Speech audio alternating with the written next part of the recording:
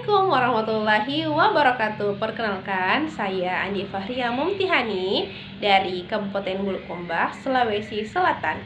Kali ini akan mereview materi tentang kurikulum dasar Bimba.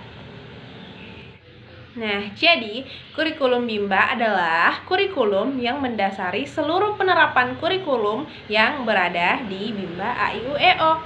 Jadi ini mempelajari tentang metode Bimba. Jadi metode Bimba ini sebagai pondasi untuk membangun minat baca dan minat belajar anak usia dini. Nah, yang pertama juga dasar hukum Bimba. Jadi, dasar hukum Bimba itu utamanya adalah hak anak, hak pendidikan anak. Jadi, anak adalah suatu anugerah yang diberikan oleh Tuhan Yang Maha Kuasa kepada orang dewasa. Jadi, untuk menjaganya diperlukan untuk mempelajari metode Bimba, yakni metode yang begitu menyenangkan. Nah, yang kedua adalah teori belajar dalam psikologi. Itu ada 3 ya. Yang pertama adalah the law of effect, yang kedua the law of exercise, dan yang ketiga adalah the law of readiness. Nah, sekarang kita masuk kepada metode Bimba. Nah, ternyata metode Bimba itu terdiri atas 3. Yang pertama adalah fun learning, yang kedua adalah small step system, dan yang ketiga adalah individual system. Nah, yang pertama adalah fun learning. Nah, fun learning ini kita ketahui bahwa artinya adalah belajar yang menyenangkan. Kenapa penting? Itu berguna untuk menumbuhkan minat belajar dan minat baca anak secara intrinsik atau berasal dari dalam diri sendiri. Kemudian, kenapa harus fun learning? Karena kita adalah Bimba, jadi kita harus menggunakan paradigma Bimba. Nah, karena kita sudah memiliki paradigma Bimba, jadi kita bisa melakukan pembelajaran yang menyenangkan setiap saat, dimanapun dan kapanpun. Nah, selanjutnya adalah siapa yang paling pertama merasakan fun learning? Nah, yang paling pertama yang merasakan adalah anak. Nah, yang kedua, siapa sih yang akan memberikan fun learning itu? Jadi yang memberikan fun learning itu adalah motivator dan harus diawasi oleh kepala unit.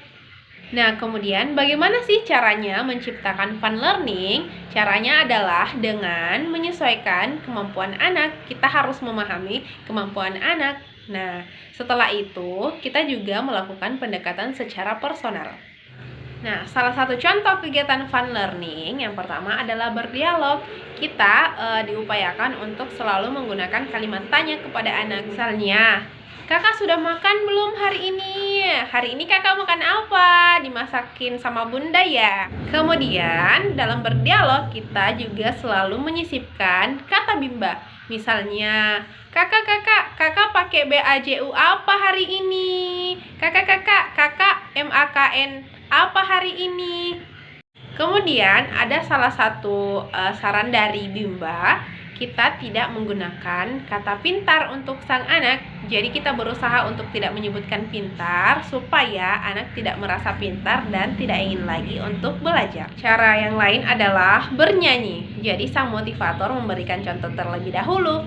Yang kedua adalah memberikan kesempatan kepada anak untuk aktif bernyanyi lagu Bimba.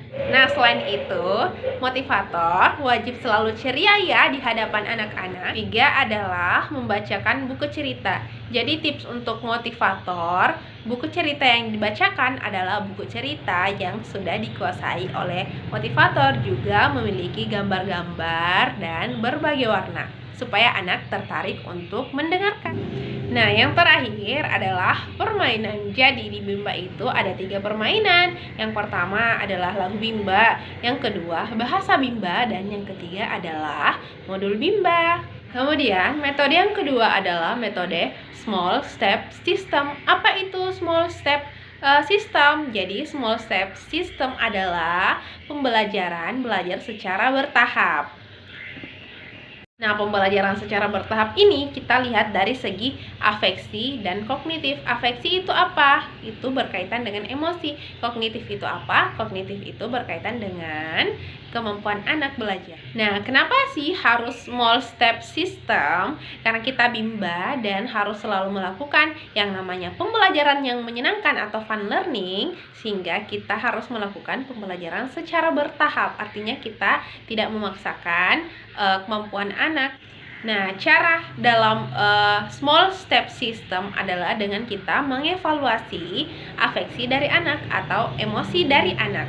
Jadi kita lihat apakah dia sudah berkembang, apakah kita bisa memasukkan materi-materi baru kepada si anak atau belum. Kalau belum, kita ikuti dulu kemauannya, lalu kita melanjutkan ke pembelajaran yang selanjutnya. Nah, metode Bimba yang ketiga adalah metode individual system. Apa itu metode individual system? Jadi, metode pendekatan secara personal. Nah, metode Bimba yang ketiga adalah pendekatan secara personal atau individual system. Jadi, sang motivator harus mendekati anak secara personal.